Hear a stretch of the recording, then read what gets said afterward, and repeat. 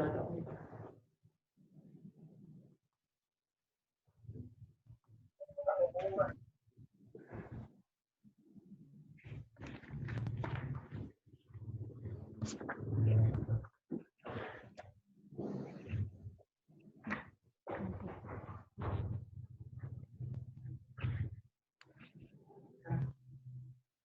selamat pagi menjelang siang teman-teman. Di sini saya perkenalkan dulu ya. Nama saya Naftali Gakur. Jadi saya yang akan menjadi moderator yang memimpin seminar kali ini. Dan pemateri kita adalah Ibu Yovita. Teman-teman semua pasti sudah mengenal karena Ibu adalah dosen dari Fakultas Hukum di Universitas Surabaya. Mungkin sebelum mulai, teman-teman mungkin bisa berdoa menurut agama masing-masing. Berdoa mulai.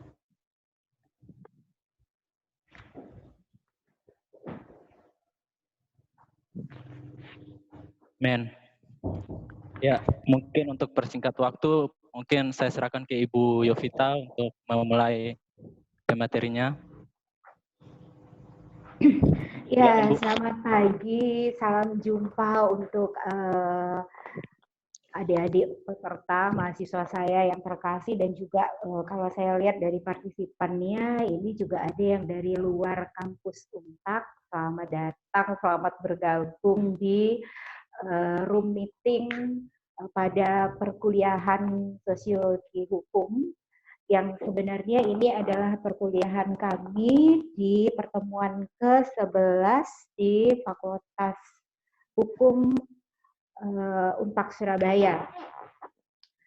Jadi mungkin nanti untuk partisipan yang sebenarnya tidak tergabung di kelas A, mungkin bisa mengikuti dan memberikan juga sumbangsih pemikiran bagi diskusi kita di dalam perkuliahan pada hari ini, dan semoga apa yang nanti akan saya sampaikan ini juga akan menjadi suatu wacana baru di dalam kita menyikapi fakta sosial, gejala sosial yang ada, dan karena konteksnya kita berbicara dalam bidang hukum, mungkin juga nanti bisa menjadi suatu masukan yang positif bagi perkembangan hukum, khususnya hukum positif yang ada di Indonesia.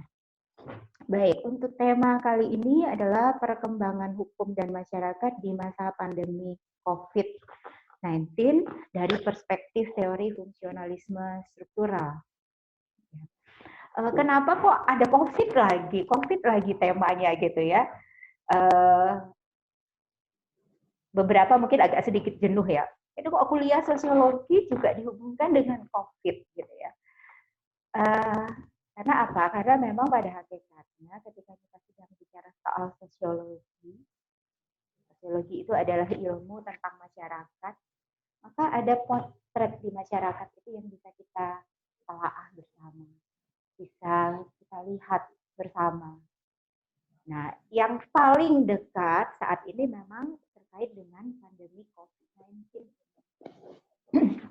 Nah, maka saya mengajak dengan potret di masyarakat pada saat pandemi COVID-19 ini, kemudian itu kita lihat apakah ada nggak sih pengaruhnya bagi perkembangan hukum dari masyarakat itu sendiri.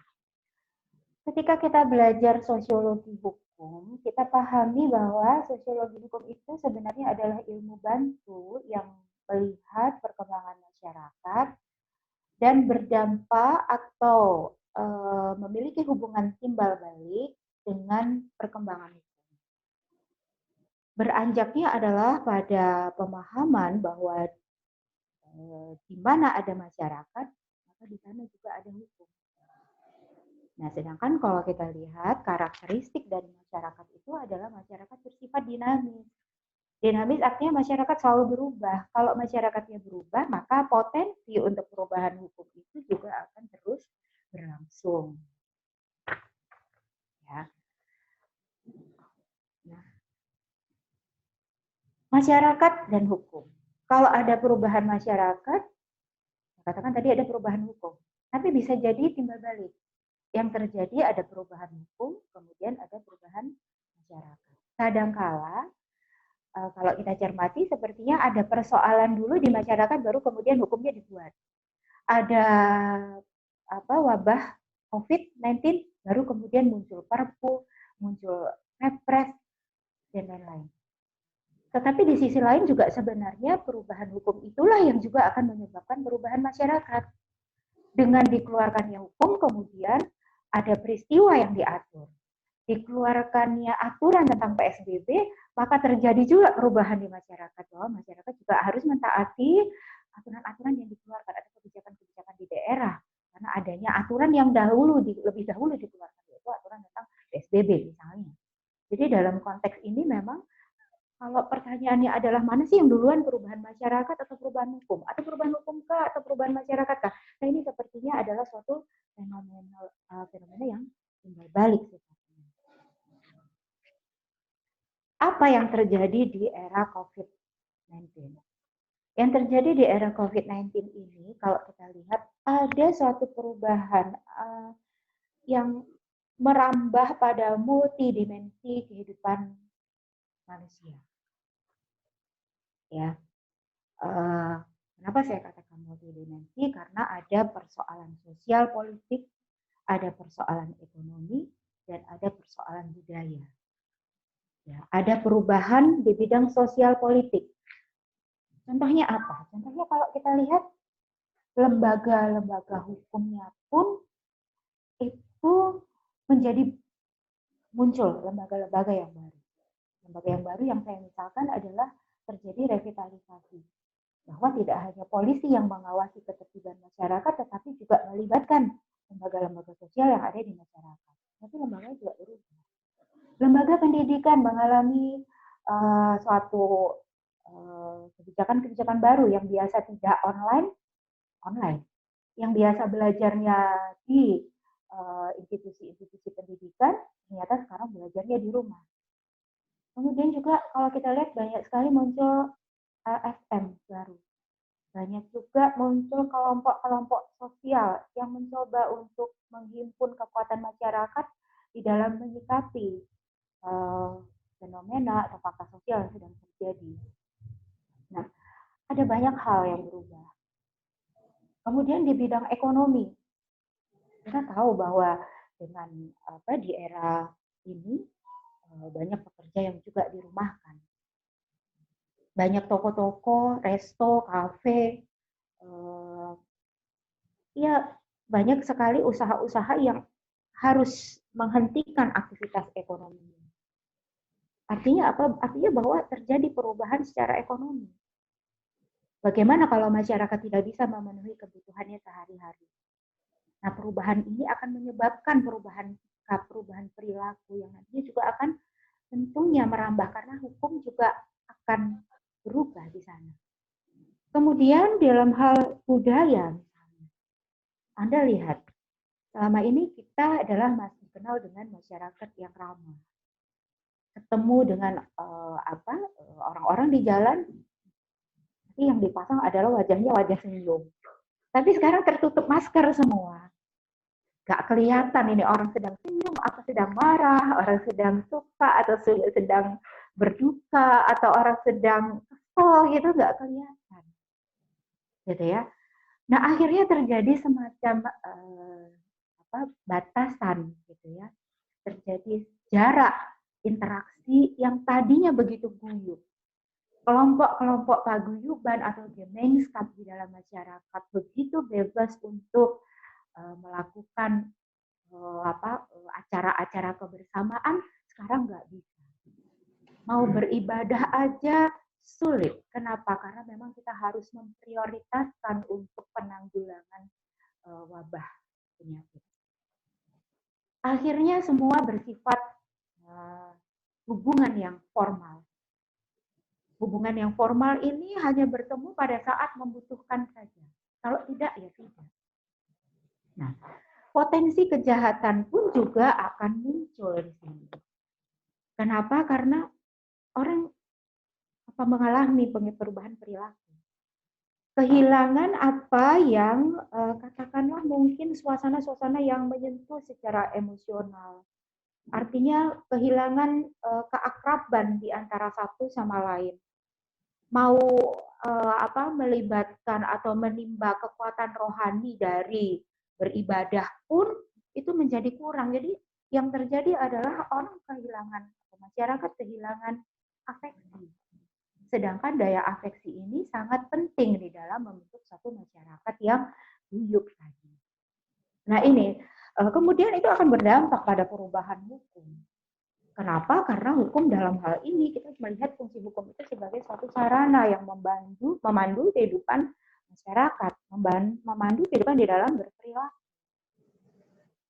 Coba kalau kita perhatikan ada produk perundang-undangan di era COVID-19 itu misalnya saja Perpu nomor 1 tahun 2020 tentang kebijakan keuangan negara dan stabilitas keuangan negara untuk penanganan pandemi COVID-19. Nah, keluarnya Perpu ini juga akan menimbulkan reaksi yang juga berbeda dengan sebelumnya. Terjadi kebijakan-kebijakan baru di dalam hal penggunaan keuangan negara. Nah, yang dulu tidak mengatur bagaimana anggaran itu dialokasikan atau terjadi perubahan untuk penanganan hal yang sifatnya urgent sekarang. Padahal mungkin dulu dialokasikan untuk pembangunan di bidang yang lainnya. Kepres 12 tahun 2020, penetapan bencana non-alam. Nah, ini juga membawa dampak. Kalau kita perhatikan, ada banyak perikatan-perikatan yang harusnya bisa menjalankan prestasi masing-masing dengan sewajarnya, tetapi karena ada penetapan bencana non-alam, akhirnya semua keadaan dianggap sebagai force majeure. Berapa banyak kerugian-kerugian dari investasi publik, terus industri-industri, seperti itu. Lalu kemudian yang juga di satu sisi merupakan suatu anugerah karena adanya suatu hak asasi yang diberikan kepada narapidana pada proses asimilasi. Tetapi di satu sisi juga menimbulkan keresahan masyarakat. Kenapa? Karena stigmasi terhadap narapidana itu begitu berkembang di dalam masyarakat sebagai suatu deviant culture. Nah, ini yang terjadi. Ada banyak, kan saya baru menyebutkan 3 produk perundang-undangan, tetapi tentu akan banyak lagi kebijakan-kebijakan yang bisa kita tekan, bisa kita potret sebagai suatu fakta yang kemudian nanti kita coba untuk mengkaji, lalu kita harus bagaimana dalam perspektif teori fungsionalisme struktural. Nah, dinamika masyarakat saat ini itu menjadi suatu masyarakat yang tadinya berperilaku semuanya mungkin konformis, kemudian menjadi berperilaku non-konformis. Perilaku konformis yang tadinya itu sifatnya adaptif, kemudian kreatif, ya, sekarang ditingkatkan menjadi inovatif, menjadi menggunakan IT. Nah, contoh aja saya yang selama ini nggak pernah kuliah online, tidak tahu menggunakan perangkat komputer dengan baik. Ternyata sekarang saya bisa IG Live, bisa Zoom, bisa macam-macam. Berarti kan saya lebih kreatif dalam hal ini. Dan itu saya pikir dirasakan oleh banyak orang. Ya kan? Nah, ini salah satu bentuk yang arahnya ke perilaku konformis. Tapi kalau kita lihat juga potensi untuk perilaku non-konformis itu juga banyak sekali. Ada penolakan, ada yang merasa terasing karena tidak bisa mengikuti IT, tidak punya fasilitas, kemudian muncul perilaku yang asosial karena tidak bisa memenuhi kebutuhan perut sehari-hari, lalu kemudian orang melakukan suatu tindak kekerasan, gitu kan? Nah, sampai pada tingkat yang paling parah, ya bisa saja terjadi destruksi, bisa saja terjadi perilaku yang mengancam keamanan bersama, atau bahkan menggerakkan kekuatan-kekuatan sosial yang ada di masyarakat yang semakin memecah belah. Itu sangat mungkin terjadi. Nah, bagaimana ini dari teori fungsionalisme struktural? Nah, teori fungsionalisme struktural ini sebenarnya merupakan suatu teori sosiologis yang didasarkan pada pemikiran biologis evolusionis. Ya, pemikiran struktural fungsional ini dipengaruhi oleh pemikiran biologis evolusionis, di mana pada pemikiran biologis itu menganggap masyarakat itu adalah sebagai suatu sistem sosial yang selayaknya organisme biologis, yaitu terdiri dari organ-organ yang saling ketergantungan.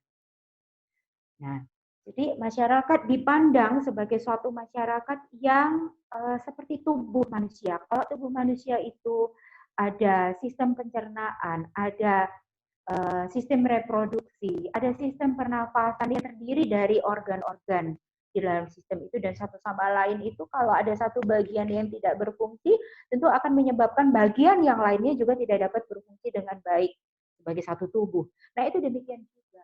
Masyarakat, baik masyarakat yang kecil maupun masyarakat yang luas dalam skala negara, itu dipandang sebagai suatu sistem yang utuh. Jadi kalau misalnya katakan dalam keluarga sebagai masyarakat yang kecil, ayah tidak bekerja karena fakta sosial saat ini, tentu akan mempengaruhi organ yang lain. Anak-anak jadi sulit untuk beli kuota, ya kan? Di dalam skala lebih besar lagi, di negara misalnya, ada satu sistem keamanan yang tidak berfungsi, maka kebijakan di dalam PSBB kah, kebijakan di dalam jam malam kah, itu juga nggak akan berfungsi, gitu ya. Kalau di dalam satu bidang, misalnya bidang kesehatan tidak mampu mengatasi persoalan ini, tentu akan berambah juga kepada bidang-bidang yang lain, bidang sosial, pendidikan, gitu ya. Jadi dalam pemikiran teori ini ada masyarakat itu terdiri dari satu bagian, satu sistem yang kompleks. Semakin masyarakat itu semakin maju, tentu juga dia akan mengalami perubahan dari masyarakat yang sederhana menjadi semakin kompleks. Dari masyarakat yang tadinya menggunakan pola solidaritas mekanis, kemudian berubah menjadi pola solidaritas organis, itu yang dikemukakan oleh Emil Durkheim.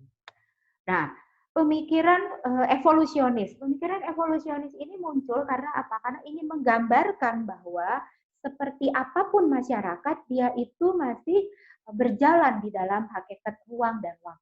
Jadi ruang dan waktu itulah yang menyebabkan masyarakat itu berada pada satu ciri perkembangan tertentu ke ciri perkembangan yang lebih luas. Sistem hukum bagaimana? Apakah sistem hukum juga mengalami perubahan secara evolusionis? Iya, mengalami perubahan. Kalau dulu kita mengenal ada paradigma represif, kemudian kita sekarang beralih kepada paradigma yang sifatnya restoratif justice. Nah, ini bentuk-bentuk di dalam masyarakat terjadi perubahan-perubahan yang terus-menerus. Auguste Comte sebagai suatu pemikir sosiologi yang memberikan pendapatnya tentang hukum 3 jenjang, bahwa secara faktual di dalam masyarakat itu terjadi perubahan pola pikir. Perubahan pola pikir yang mana? Perubahan dari tahap teologis, perubahan ke tahap metafisis, kemudian ke tahap positif. Nah, pemahaman-pemahaman ini mengarah pada metode-metode yang digunakan di dalam penelitian sosial yang juga kemudian menjadi suatu masukan bagi pemikiran-pemikiran hukum normatif.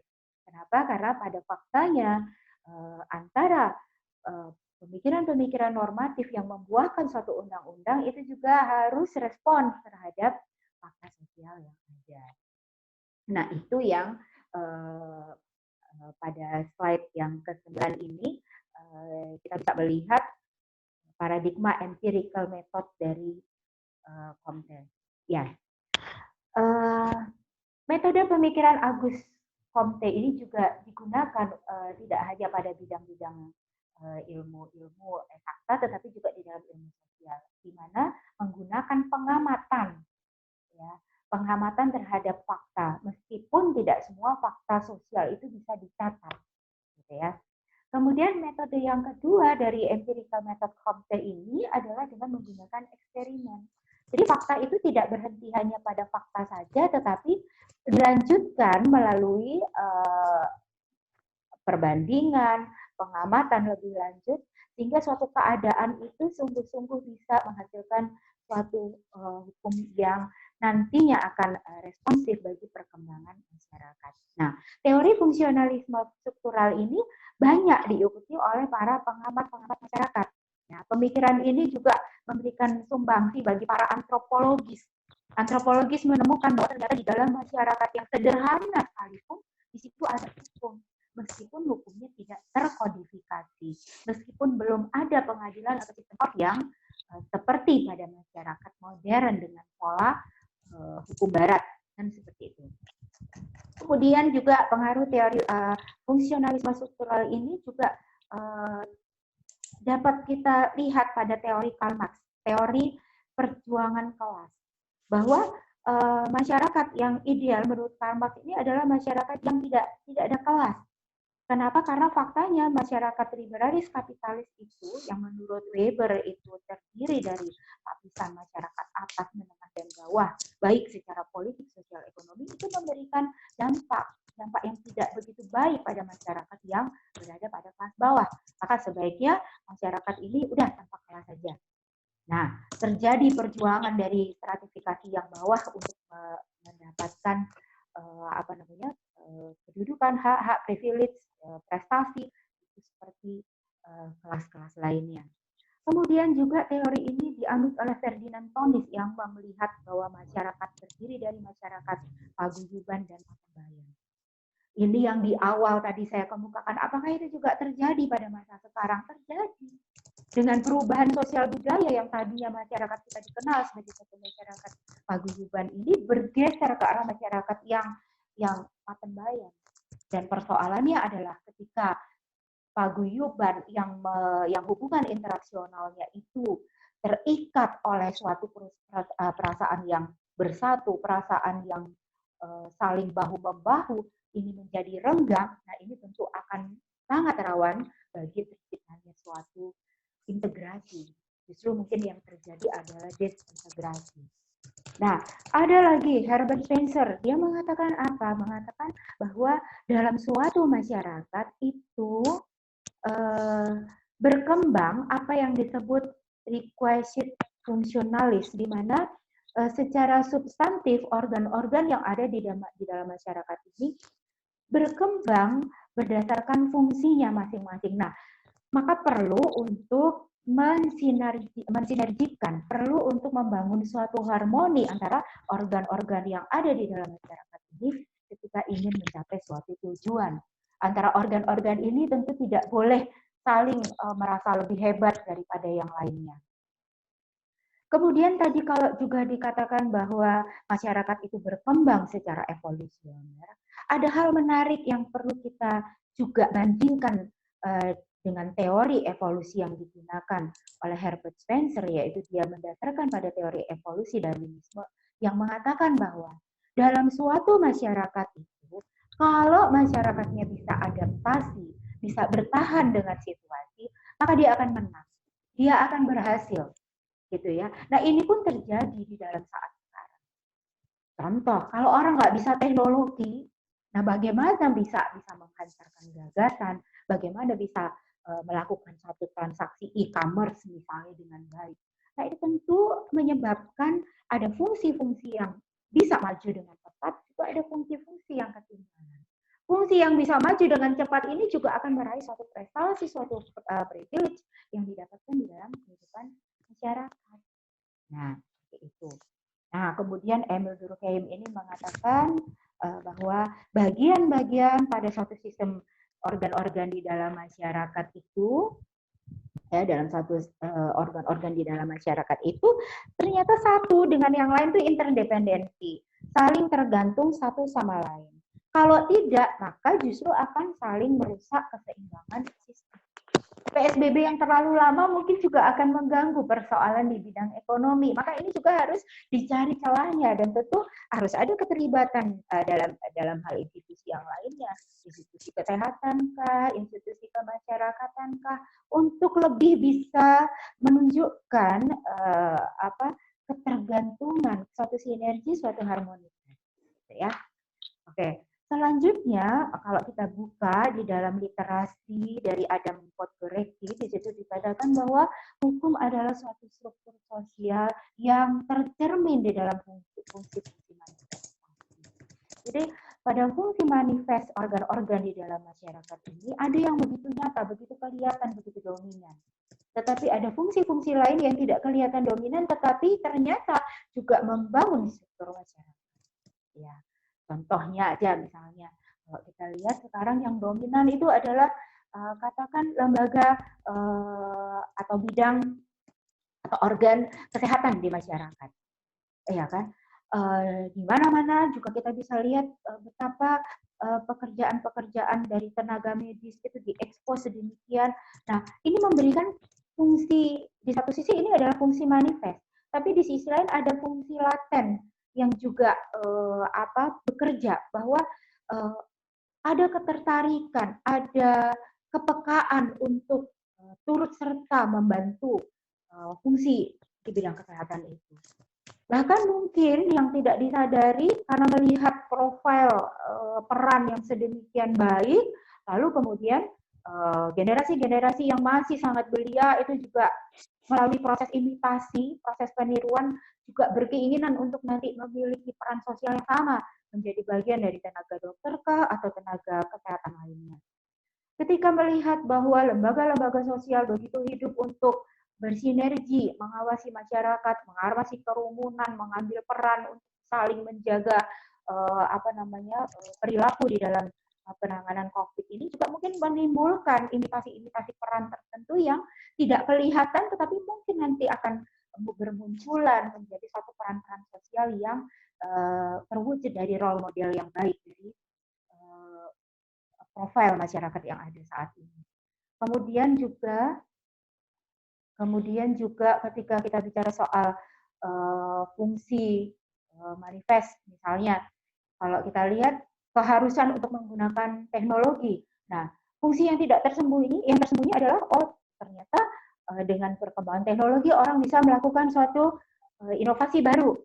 Ya, kalau saya baca juga tadi di media online itu dikatakan ada robot di rumah sakit, ya rumah sakit yang Pak begitu lihat tadi di rumah sakit UNER atau di mana gitu ya, dan robot itu produk dari ITS, ya.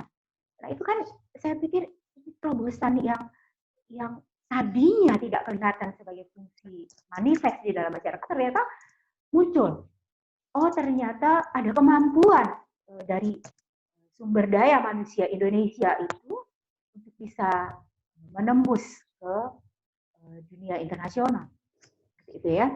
Jadi kalau kita lihat apa sih point of view dari teori fungsionalisme struktural ini di dalam menyikapi fenomena yang sekarang ada, itu adalah bahwa fungsionalisme struktural ini mengajak kita untuk melihat keteraturan yang sebenarnya merupakan fungsi yang masih ada di dalam masyarakat meskipun situasinya kritis. Ya, situasinya mungkin bisa dibilang ini kritis multidimensi, gitu ya. Baiklah untuk melihat bahwa ternyata ada fungsi-fungsi di dalam masyarakat yang berkembang. Nah itu ya, itu fungsi keteraturan. Abaikan dulu persoalan konflik, gitu ya. Lihatlah bahwa ada suatu fungsi, ya kan, yang bisa digunakan untuk menciptakan suatu keseimbangan. Ketakutan terhadap stigmasi yang mungkin terjadi atas banyak tindak kriminal yang mungkin muncul. Seperti itu saya pikir di satu sisi itu juga baik juga. Kenapa? Untuk mengaktifkan kinerja lembaga-lembaga yang bergerak di bidang keamanan ketertiban masyarakat, kan? Untuk juga situasi krisis multidimensi ini menumbuhkan pemikiran-pemikiran baru dalam karya-karya ilmiah mungkin atau di dalam apapun bentuknya bagi para akademisi di bidangnya, kan seperti itu. Jadi teori ini justru mengajak kita untuk melihat bahwa di dalam konflik itu juga ada satu muatan positif bagi masyarakat. Ya. Ada satu tanggapan dari fakta yang diungkapkan oleh para penganut fungsionalisme struktural, yaitu Robert Merton. Nah, Robert Merton ini termasuk ke dalam para penganut fungsionalisme struktural yang mana dia berpendapat bahwa kalau kita mau meneliti masyarakat itu, maka kita akan memusatkan perhatian pada peranan sosial, pada pola-pola institusional, pada proses sosial, pada organisasi kelompok, dan pengendalian sosial. Ya. Lalu kemudian Merton itu melihat bahwa pada suatu proses sosial, ya, itu dibutuhkan agar masyarakat ini bisa berevolusioner secara baik atau dapat bisa berubah ke arah yang baik, sebenarnya ada pola adaptasi sosial. Nah itu. Tetapi adaptasi sosial ini memang nggak selalu berhasil. Kenapa? Karena sekali lagi masyarakat itu juga terdiri dari manusia-manusia yang multidimensi, manusia-manusia yang juga monopluralis. Jadi tidak hanya memiliki jiwa saja, juga raga. Antara raga dan jiwa, ya, antara action secara perilaku dan apa yang dipikirkan secara rasional itu juga harus sinergi seperti itu. Nah itu yang mengakibatkan adaptasi ini juga nggak selalu berlangsung dengan baik, gitu. Maka ada tahapan ketika orang mau melakukan adaptasi sosial.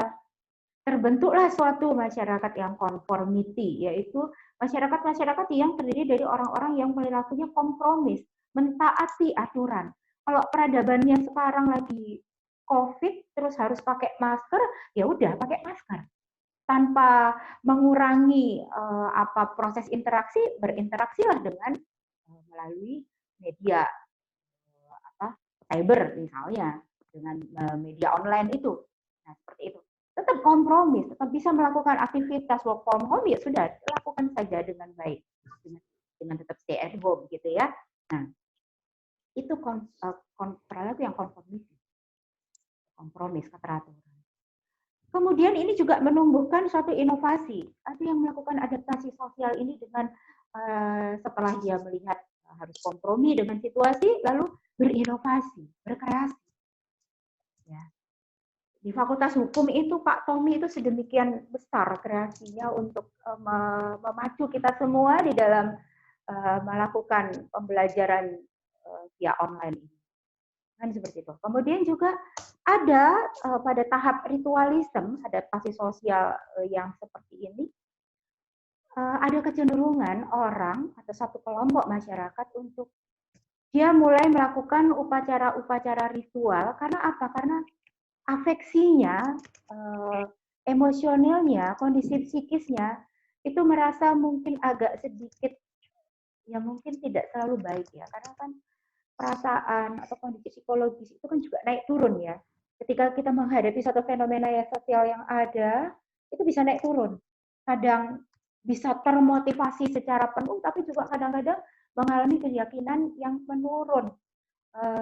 Bahkan sampai pada frustasi. Tapi pada tahap ritualisme ini belum sampai pada saat frustasi itu belum. Karena apa? Karena pada tahap ini orang masih mau menggali hal-hal yang sifatnya rohania, meskipun fungsi-fungsinya juga nggak begitu manifest, tidak begitu terlihat. Nah, kemudian adaptasi sosial selain pada conformity, inovasi, ritualisme tadi, ada yang retreatism, memilih untuk mengasingkan diri. Mengasingkan diri untuk berefleksi, untuk merenungkan peristiwa hidup, untuk kalau orang hukum itu ya untuk berusaha menemukan model hukum seperti apa yang bisa memberikan kemanusiaan, keadilan, ya itu baik itu refleksinya. Mengasingkan dirinya baik. Atau membuat buku kah gitu ya, atau membuat kegiatan sosial di dalam kelompok komunitas tertentu, itu masih suatu hal yang positif. Tetapi ada pula pola pengasingan diri yang ternyata orang atau kelompok sosial ini menjadi suatu bagian yang eksklusif, yang justru tidak mau berbaur di dalam kehidupan masyarakat. Nah, akhirnya muncullah perilaku-perilaku yang antisosial. Nah, inilah yang akan membuahkan suatu adaptasi sosial dengan pola rebellion atau dengan pola pemberontakan. Gitu ya. Nah, ini yang terjadi pada saat ini. Ini potret masyarakat kita. Nah, bagaimana hukum bisa mengambilkan suatu perubahan? Kita lihat dulu karakteristik perkembangan hukum di era masyarakat sekarang ini. Kalau tadi kita bicara soal bahwa masyarakat itu mengalami evolusioner, berarti kan perubahannya pada tahapan-tahapan yang masih bisa dilihat. Karena prosesnya itu lama. Tetapi sekarang kalau kita lihat sebenarnya yang kita alami bukan evolusioner, yang kita alami adalah perubahan revolusioner. Tiba-tiba lockdown, tiba-tiba PSBB, tiba-tiba yang punya usaha harus tutup, ya kan? Tiba-tiba harus mengikuti suatu gaya hidup cyber, ya. Yang tadinya dunia maya, tapi sekarang kayaknya bukan dunia maya ya, udah nyata karena hampir setiap hari itu webinar di mana-mana. Proses pembelajaran berlangsung secara web. Ini perubahan revolusioner yang kita harus tanggap. Hukum di dunia cyber saya pikir itu diperlukan. Kenapa? Faktanya banyak yang hoax. Hukumnya baik sih, ada undang-undang ITE, tapi bagaimana implementasinya? Nah, ini yang harus segera juga menjadi bagian yang salah satu. Terjadi kegalauan hukum. Ini bahasa saya sih sebenarnya, istilah saya pakai istilah agak mudah sedikit gitu ya. Jadi saya pakai istilah kegalauan hukum. Ya. Galau sih hukumnya. Sebenarnya hukumnya tidak galau, tetapi untuk berupaya menciptakan agar kebijakan yang dibuat ini bisa melindungi kepentingan banyak orang. Nah, ini membutuhkan satu pemikiran yang harusnya simbiosis antara hukum normatif dan hukum faktual, hukum empirik faktual di masyarakat. Nah, ini kadang-kala seperti itu. Hukum yang baik adalah hukum yang bisa memenuhi syarat filosofis, ya kan, sesuai dengan nilai-nilai. Kemudian secara struktur dia juga bisa dilaksanakan, berarti secara sosiologis dia bisa dilaksanakan, dan juga secara yuridis dia tidak menyalahi hukum yang sudah ada atau hukum yang di atasnya, gitu kan? Nah, itu galau, terjadi kegalauan di sini. Kemudian hukum dialektika. Apa artinya hukum dialektika? Artinya adalah bahwa substansi hukum itu memang harus didialogkan, harus dibicarakan, harus ada satu studi interdisipliner. Berbicara tentang kesehatan juga harus menyentuh nilai-nilai keagamaan, juga harus menyentuh persoalan budaya. Bicara soal pendidikan juga berpikir tentang soalan nilai. Kebijakan pendidikan ini mau diarahkan atau mau menghasilkan peserta didik seperti apa? Kan itu juga, itu ya. Kemudian terjadi dinamika sosial yang sedemikian terus bergulir, berkesinambungan, dari ada laju kontak dan laju karantina. Dan ini juga akan menjadi satu aspek yang kemudian akan mengubah hukum, akan menghasilkan satu kebijakan-kebijakan undang-undangan yang baru. Selanjutnya, saya pikir mungkin ini penutup yang saya sampaikan saat ini pada diskusi kita ini adalah bagaimana strategi hukum. Ya. Jadi strategi hukum yang bisa saya tawarkan dari perspektif bahwa di dalam teori fungsionalisme struktural tadi, bahwa pada kenyataannya suatu organ yang satu di dalam masyarakat itu selalu bergantungan dengan organ yang lain, bahwa suatu masyarakat ini dipandang sebagai suatu kesatuan yang utuh, maka perlu adanya dua strategi hukum. Pertama adalah strategi perlindungan hukum bagi vulnerable person atau bagi kaum rentan. Bagaimanapun hukum harus merespon kaum rentan ini untuk diberikan perlindungan. Siapa kaum rentan yang dibutuhkan perlindungannya? Pertama, pasien dan keluarga yang mengalami keterjangkitan COVID-19 ini. Jangan beri stigma atau jangan menjustifikasi terhadap pasien dan korban bahwa mereka adalah orang yang berbahaya, orang yang harus dijauhi, orang yang tidak lagi diterima. Jangan berinterpretasi terlalu jauh terhadap mereka, tetapi itu harus melindungi mereka dari stigma yang salah. Kemudian juga kaum rentan berikutnya adalah tenaga dokter dan tenaga kesehatan lainnya yang terlibat di dalam pelayanan medik, khususnya untuk mengantisipasi dan menanggulangi COVID-19 ini. Saya rasa tidak terlalu berlebihan untuk memberikan apresiasi kepada mereka, karena memang kalau kita lihat sampai hari ini pun masih grafik penderita itu juga semakin naik. Nah, tidak ada salahnya memberikan suatu perlindungan hukum. Jangan juga didiskreditkan mereka, jangan didiskriminasi, jangan dicela bahwa ketika mungkin ada pernyataan meminta fasilitas untuk bisa melayani sesuai dengan standar. Karena dokter dan tenaga kesehatan itu kalau melayani pasiennya tanpa standar APD, tanpa standar pelayanan medik yang memadai, tentu mereka akan menjadi korban juga dalam hal ini. Kemudian dia perlindungan bagi perempuan, anak, difabel, juga mungkin usia tua, ya, usia lanjut. Nah, itu menjadi prioritas perhatian. Jadi hukum memperhatikan apa yang menjadi kebutuhan. Jangan sampai kaum rentan ini menjadi victim atau menjadi korban dari suatu sistem yang muncul dari kegalauan hukum saat ini. Ya. Kemudian itu strategi yang pertama, perlindungan hukum bagi kaum rentan atau vulnerable. Strategi yang kedua adalah melakukan revitalisasi fungsi lembaga pemerintahan dan swasta. Artinya apa? Artinya lembaga pemerintah maupun swasta ini aktif, semakin aktif di dalam memberikan edukasi dan juga advokasi.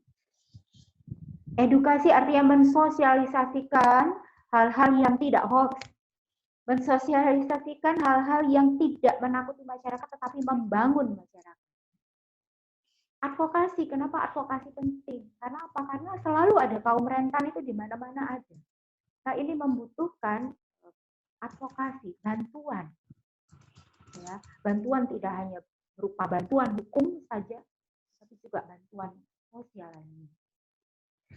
Kemudian kebijakan yang dibuat oleh lembaga pemerintah maupun swasta hendaknya berorientasi pada kesehatan tentunya yang pertama, kemudian pada stabilitas ekonomi dan jaminan sosial.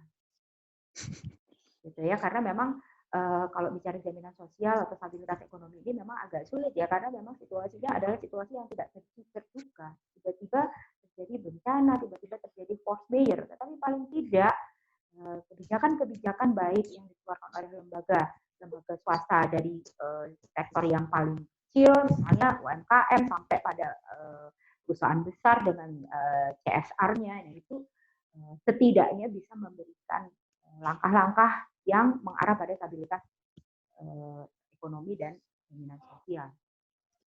Diskresi dalam hal ini memang pasti akan bermunculan di berbagai lembaga-lembaga yang ada di dalam masyarakat, tetapi tetap hendaknya dibuat dan berorientasi pada kepentingan umum, bukan pada potensi kemunculan korupsi, kolusi, dan sebagainya. Kemudian tentu perlu adanya mekanisme pengawasan. Nah, pengawasan tentu dilakukan oleh lembaga-lembaga yang berwenang di dalam masyarakat sesuai dengan bidang-bidang karya. Kemudian tentu dari semua yang saya ungkapkan itu perlu adanya suatu sinergi, terutama sinergi di dalam pengelolaan masyarakat di tingkat daerah. Karena apa? Karena tiap daerah itu punya ciri khas sendiri-sendiri yang mungkin tidak sama dalam hal kekuatan ekonomi, kekuatan sosial, dan tingkat intelektual juga yang ada di masyarakatnya. Nah, ini tentu harus diadaptasikan, dikonformitaskan dengan baik, sehingga hukum ya dalam bentuk kebijakan ini bisa sungguh memperhatikan atau sungguh berpihak kepada kepentingan dan nantinya akan bermuara kepada keadilan di dalam masyarakat. Iya, saya pikir ini yang bisa saya sampaikan. Kembali saya berikan kepada moderator forum ini. Mungkin ada diskusi. Ya, baik. Terima kasih, Bu. Sungguh pembahasan yang sangat baik ya. Memang dalam pandemi COVID ini sangat berpengaruh penting ya, baik dalam hal positif maupun hal negatif. Sangat berpengaruh bagi pemerintah, masyarakat, dan juga hukum. Mungkin bagi hukum itu, mungkin bagi pemerintah itu sangat berpengaruh karena mungkin terlalu terburu-buru untuk membuat perundang-undangan, sehingga mungkin menghasilkan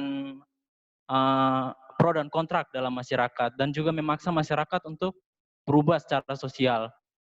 Jadi kalau teman-teman punya pertanyaan bisa langsung ditanyakan lewat chat aja ya teman-teman, biar tidak berantakan.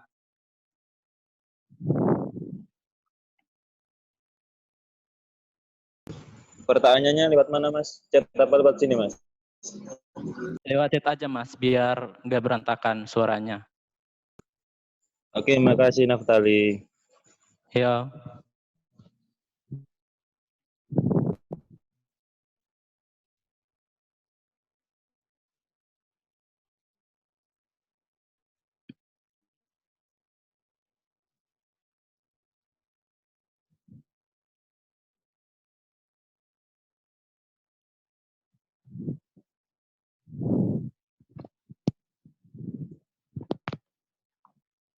Ya, mungkin tadi saya bicara soal interaksi sosial ya. Jadi supaya kita tidak berjarak semakin jauh, kalau misalnya ada yang mau langsung bertanya juga kayaknya mungkin nggak apa-apa ya, Pak Moderator ya.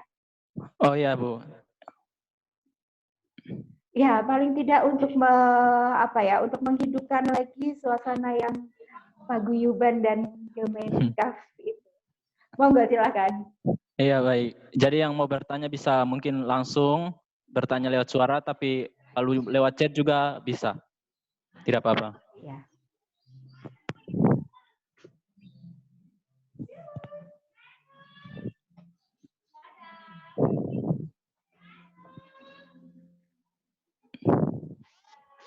Bu, mungkin moderator saya boleh nanya? Ya, silakan Mas Beni.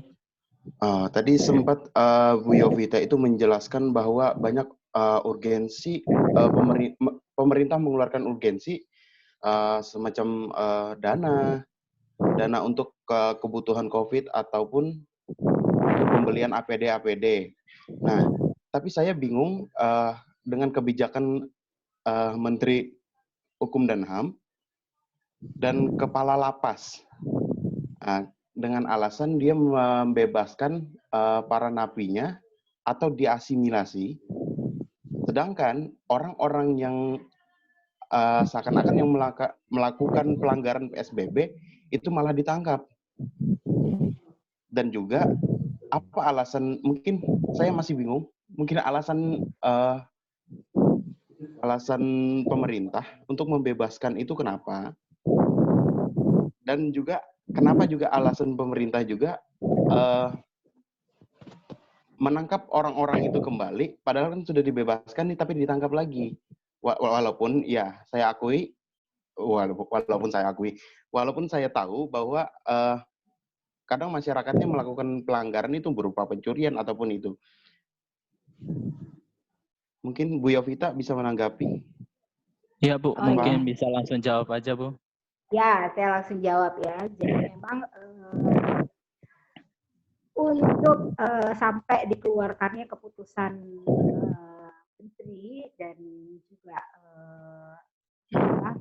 Kalapas itu memang saya tidak terlibat secara langsung di dalam proses itu. Jadi memang untuk membaca katakanlah latar belakangnya dan segala macam memang saya tidak fokus ke sana, tetapi prediksi saya adalah tentu itu sudah merupakan suatu hasil pemikiran juga bahwa terkait dengan penyebaran COVID yang karena padatnya mungkin kondisi di lapas atau juga over ya, kita tahu bahwa ada overload di sana di lapas itu, maka kemudian perlu antisipasi. Nah, sebenarnya juga narapidana yang dilepaskan itu pun sudah dengan syarat-syarat tertentu, artinya memang mereka yang juga kalaupun dilepaskan di masyarakat itu bukan itu sudah melalui masa tahanan, juga sudah merupakan orang-orang yang bisa bergabung lagi di dalam satu kondisi masyarakat yang conformity. Kalau saya melihat, saya rasa latar belakangnya itu di situ. Nah, kemudian kalau pertanyaannya loh, nanti kalau mereka lakukan kejahatan lalu kemudian mereka ditangkap lagi. Nah, ini kan nggak efektif ya. Ya, kajian semacam itu juga boleh saja. Tapi kita mencoba untuk melihat bahwa ada suatu muatan positif, yaitu ada satu nilai hak asasi yang juga mau diperjuangkan, bahwa ketika orang sudah menjalani suatu masa sanksi pemidanaan sekian lama, itu diharapkan perilakunya itu sudah berubah. Nah, uji perubahan perilaku ini tentu adalah ketika mereka kembali ke masyarakat. Maka ketika orang-orang ini juga sudah menjalani proses pemasyarakatan di dalam penjara, lalu kemudian mereka di masyarakat, tentu ini juga adalah kewajiban dari masyarakat untuk apa? Untuk memperlakukan mereka juga secara baik. Karena asumsi saya, ketika orang itu diperlakukan dengan baik, diterima oleh masyarakat, difungsikan sebagai layaknya dia adalah manusia, ini merupakan satu kesempatan untuk membangun lagi perilaku ke arah konformiti tadi, gitu ya. Kalau tadi dalam implementasi nggak begitu, Bu, ternyata banyak kok terjadi penjarahan lah, terjadi tindak kriminal juga, sehingga ronda malam itu semakin diketatkan. Nah, itu adalah satu bagian dari fungsi sosial yang terjadi, gitu. Tetapi tetap kita lihat bahwa ada satu buatan positif, dan buatan positif ini saya pikir tidak perlu membuat kita menjadi a priori, gitu ya. Tidak perlu membuat kita berada di dalam ketakutan sehingga kita harus melakukan adaptasi sosial yang mengasingkan diri, gitu ya. So, Bu, kalau misalnya isolasi, katakan isolasi itu kan juga mengasingkan diri, Bu. Iya sih, benar, mengisolasi diri, membatasi diri dari interaksi dengan pihak luar, tetapi menyikapinya tentu dengan yang positif, bukan dengan frustasi atau justru malah ya. Perubahan ini memang mengakibatkan terjadinya gap sosial atau kesenjangan sosial, ya. Dan itu juga harus disikapi oleh masyarakat. Kesenjangan bisa muncul di segala sektor. Bahkan ketika kita bicara soal kenapa napinya dibebaskan, itu pun juga terjadi kesenjangan di dalam pola pikir ketika menyikapi hal ini. Nah, ini yang kita sama-sama jembatani, apalagi sebagai mahasiswa, sebagai kaum yang terpelajar, gitu ya. Apa strateginya? Tidak ikut menjustifikasi atau tidak ikut menstigmasi, tetapi justru melibatkan diri untuk karya-karya yang lebih baik.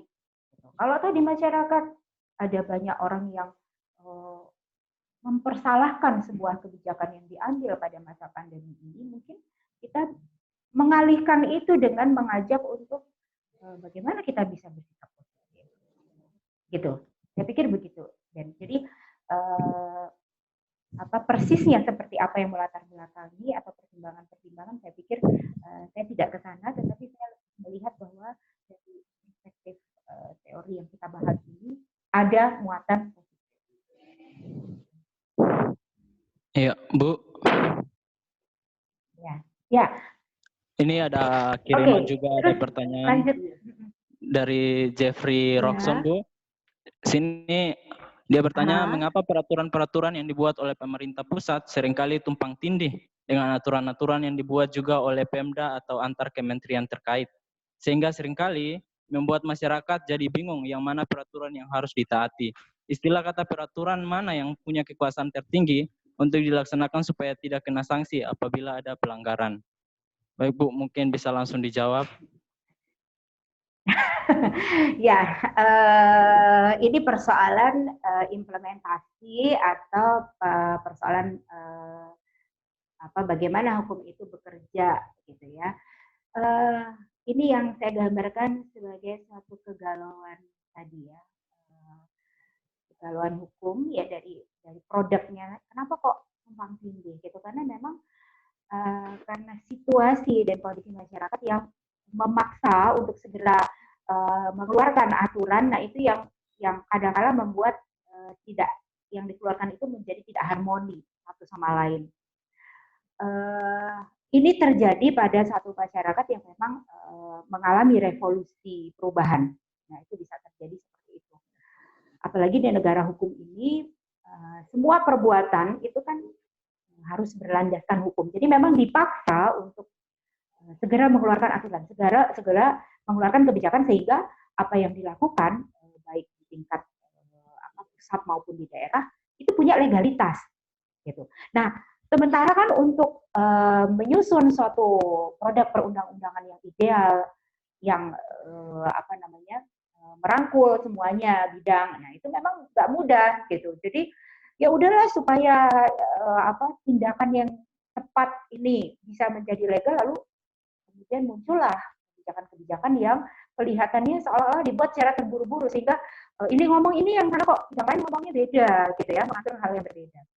Nah, Indonesia ini menganut azas fiksi hukum. Jadi ketika suatu aturan itu satu undang-undang itu diundangkan, artinya semua masyarakat itu sudah dianggap tahu, gitu ya, meskipun nggak baca. Saya pun juga nggak bisa menampik bahwa saya tidak tahu bentuk-bentuk putusan atau bentuk-bentuk kebijakan yang sudah dikeluarkan yang begitu cepat dan begitu banyak, ya saya nggak mungkin baca semua. Tetapi karena pada asasnya semua masyarakat itu mengetahui, ya, harus mengetahui dan mentaati yang sudah diundangkan, maka ya laksanakan saja apa hal yang baik. Nah itu. Saya pikir sepanjang kita tidak menggerus hak orang lain, ya, sepanjang kita tidak merampas kehidupan, kebebasan, kemudian juga senantiasa membangun interaksi yang muatannya positif antar anggota masyarakat, ya pastinya kita jauhlah dari ancaman perilaku yang diberikan sanksi oleh perundang-undangan. Seperti itu. Oke, mungkin masih ada pertanyaan. Ya, ini dari Jeffrey lagi, Bu. Jeffrey Roxon ini sangat bersemangat ya.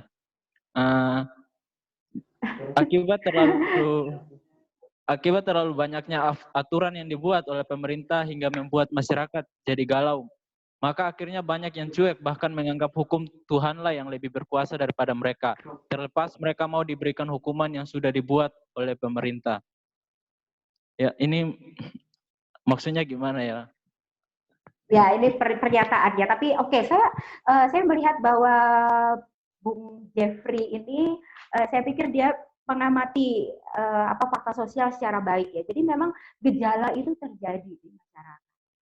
Ya, ketidakpercayaan masyarakat terhadap hukum itu terjadi, dan saya pikir memang ini merupakan satu gejala yang muncul karena terjadi perubahan sosial, yang dampak dari perubahan sosial ini tidak homogen. Jadi dampak terhadap umat itu macam-macam disikapi oleh masyarakat.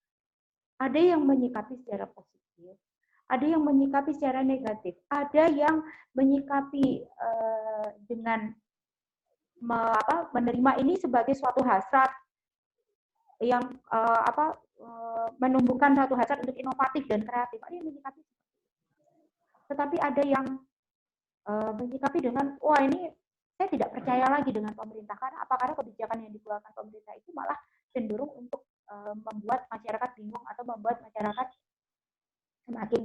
semakin galau, kan seperti itu ya. Itu gejala yang wajar. Karena apa? Karena sebenarnya semua orang mengharapkan ada suatu keterampilan. Tetapi kemampuan orang untuk mengambil bagian di dalam masyarakat itu dalam kondisi seperti ini itu tidak sama. Ini gejala konkret yang terjadi di masyarakat, dan memang kalau kita mau mengambil garis tegak, itu siapa yang salah? Pembuat hukumnya kah? Atau implementasinya kah? Atau pada pengawasan terhadap produk hukum yang sebenarnya baik, tetapi dipolitisir atau dimanipulasi oleh lembaga pelaksananya secara tidak baik, tentu membutuhkan pengawasan yang mungkin lebih represif.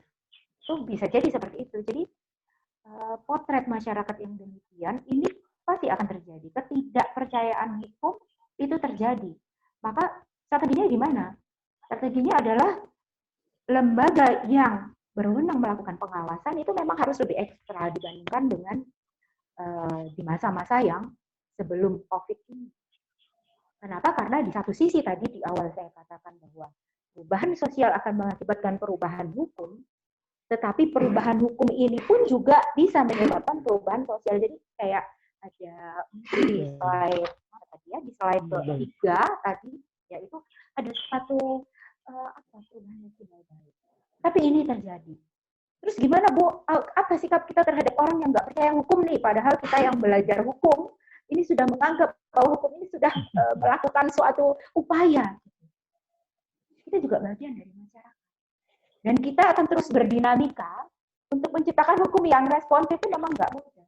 Bisa sih kita kembali ke masa lalu, misalnya menggunakan pola hukum represif, di mana komando penegakan itu ada pada satu tangan dengan pola tangan besi. Oke, kita bisa mungkin memberlakukan seperti itu, tetapi dalam kajian selanjutnya masyarakat kita itu multikultur. Pemahaman akan nilai-nilai pun berbeda. Nilai budaya di masyarakat yang satu dengan nilai budaya yang di masyarakat yang lain berbeda. Gitu.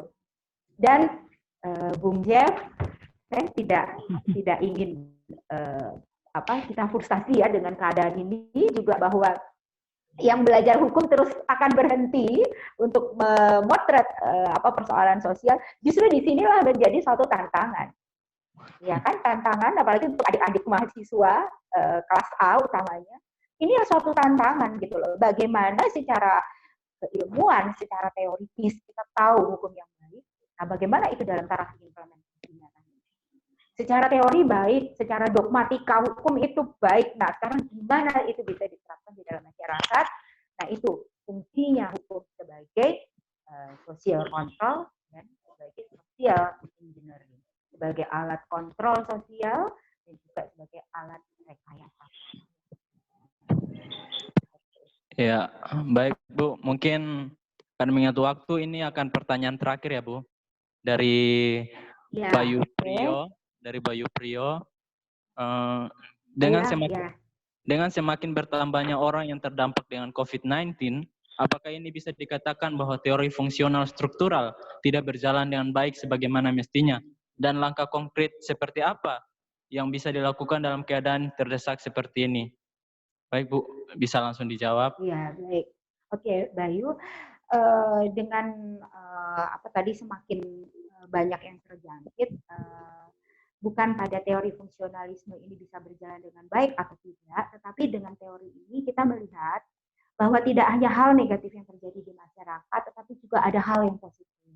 Hal positifnya apa? Hal positifnya adalah terjadi kreativitas, terjadi inovasi di dalam memberikan layanan medik misalnya. Terjadi inovasi di bidang pendidikan, bisa menggunakan media yang bermacam-macam. Kita juga bisa menghasilkan satu sistem hukum yang juga menggali lagi apa sebenarnya kebutuhan masyarakat. Dan itu saya pikir berguna untuk mengantisipasi ketika terjadi nantinya pada suatu saat ada pandemikah, ada bencana alamkah dalam bentuk-bentuk yang baru. Nah itu. Tetap saya katakan muatan positif dan negatif seperti yang digunakan oleh teori fungsionalisme struktural untuk membahas kondisi masyarakat pada saat ini, saya pikir dapat kita gunakan sebagai suatu cara pandang ketika kita menyikapi fakta di tengah masyarakat. Jadi ya, kita ini sebagai penstudi hukum itu bisa semakin melihat bahwa perlu adanya suatu kesatuan antara menciptakan suatu norma hukum positif dengan keadaan di masyarakat. Jadi kita tidak bermain pada kutub ini berhasil positif, kemudian ini merupakan sebuah kegagalan atau negatif. Kita tidak bermainnya pada dua kutub itu, tetapi mencoba untuk membangun suatu lembaga sosial yang memiliki fungsi-fungsi yang semakin positif. Kemudian langkah konkret langkah konkret. Ibu, mungkin ya, pertanyaan terakhir ya, karena masih 4 menit, karena menurut saya ini juga pertanyaan yang menarik ya, Bu. Sebentar, yang tadi untuk langkah konkret, ya mungkin bisa dilihat di slide saya yang terakhir tadi. Jadi ada 2 strategi yang saya tawarkan di sana terkait dengan strategi untuk melindungi kaum rentan, vulnerable person itu. Kemudian yang kedua tadi adalah dengan melakukan suatu revitalisasi dari fungsi lembaga. Jadi lembaganya sudah ada, hanya tinggal bagaimana membuat lembaga itu semakin produktif untuk fungsi secara baik. Ya, boleh untuk pertanyaan terakhir ya kayaknya. Untuk pertanyaan terakhir, karena menurut saya mungkin menarik ya, Bu. Ini dari Akbar Sanduan. Bagaimana perspektif fungsionalisme struktural dalam melihat perubahan sosial yang mungkin terjadi terhadap habit baru yang akan terjadi pasca perkembangan COVID ini berakhir? Ya, Bu. Ya, oke. Mungkin habit barunya bisa lebih dikonkretkan dulu ya Pak Akbar ya, karena kan habit ini nanti bisa positif, bisa negatif. Mungkin yang dimaksud oleh Akbar Sanduan ini habit yang bagaimana? Ya, Mas Akbar mungkin bisa langsung lewat suara aja biar mungkin bisa mute-nya. Ya, lewat suara aja. Ya, Bu. Maksud yang saya maksud sini habit baru kan bagaimana nanti kan rencana bahwa pemerintah kan akan kembali kita bisa bekerja efektif normal itu kira-kira di bulan Juni atau Juli. Nah, dengan situasi yang saat ini terjadi mungkin saja hal itu akan terjadi, akan tapi ada pola baru yang akan diterapkan oleh masyarakat. Mungkin tetap dalam bersosialisasi kita akan menggunakan protap kesehatan yang ditetapkan. Nah, mungkin habit-habit seperti itu yang mungkin bisa saja terjadi. Nah, bagaimana sebenarnya fungsionalisme virtual melihat ini, Bu? Oke, baik. Jadi ini Anda juga pengamat sosial yang baik menurut saya gitu ya. Oke, habit yang Anda katakan tadi adalah habit yang positif gitu ya. Melihat bahwa ketika nanti kemudian kita akan bekerja lagi seperti biasa gitu kan, bagaimana teori fungsionalitas kita melihat ini. Nah, kalau saya melihat ini adalah suatu kembali pada situasi yang lama mungkin kita anggap itu baik dibandingkan dengan situasi sekarang, karena kalau kita lihat di situasi sekarang kita nggak bisa menciptakan suatu lingkungan yang guyup tadi, menciptakan suatu lingkungan yang interaksi dan relasinya bisa berlangsung dengan intens seperti itu. Ada bahkan banyak keterlambatan di dalam membangun masyarakat karena faktanya memang tidak semua pihak siap dengan habit yang sekarang. Nah, menurut saya teori fungsionalis ini melihat ketika nanti kita kembali pada rutinitas biasa, ada hal positif yang bisa kita ambil. Contoh paling sederhana saja, yang tadinya nggak ngerti IT, dipaksa untuk mengikuti atau bisa mengikuti perkembangan IT di masa sekarang. Maka tentunya ini akan juga menjadi suatu pola atau habit baru yang nantinya bisa digunakan dan lebih produktif tentunya. Nah, tetapi juga ada hal lain yang juga mungkin berpotensi untuk timbulnya hal negatif. Kenapa? Karena nggak bisa dihindari, manusia itu secara kodrati kan ingin untuk mencukupi kebutuhannya, untuk berada pada status sosial yang berbeda dengan sekarang. Nah, kompetisi yang terjadi itu bisa saja menjadi kompetisi yang sehat dan tidak sehat. Nah, ketika masyarakat berkompetisi secara tidak sehat, maka nanti akan timbul lagi masyarakat yang mengarah pada masyarakat yang yang non konformis tadi. Nah, itu. Jadi teori fungsionalisme ini melihat ada sih posisi positifnya, ya, ketika kembali nanti. Tapi ada juga posisi negatifnya. Mana yang lebih besar, fungsi yang positifkah atau fungsi yang negatifkah? Itu tergantung lagi atau kembali lagi kepada masyarakat. Karena ada habit baru yang nanti juga akan muncul di masa setelah, ya, masa pasca COVID ini berakhir. Gitu. Ya, kita diajak untuk optimis, ya, dan melakukan adaptasi sosial yang semakin inovatif dan kreatif. Iya. Seperti itu. Ya, baik. Terima kasih Bu untuk jawaban-jawabannya, sangat membantu sekali, memberikan pengetahuan bagi kita semua. Karena mungkin mengingat waktu ya teman-teman, saya akhiri di sini. Saya mengucap terima kasih untuk Ibu Yofi karena atas pengetahuan yang diberikan. Juga terima kasih bagi teman-teman semua yang telah meluangkan waktu berpartisipasi untuk mengikuti Zoom kita hari ini. Baik, mungkin ini kata terakhir dari saya. Salam sehat semuanya. Terima kasih. Ya, salam sehat semuanya. Sampai jumpa lagi di kelas ya. Iya, Bu.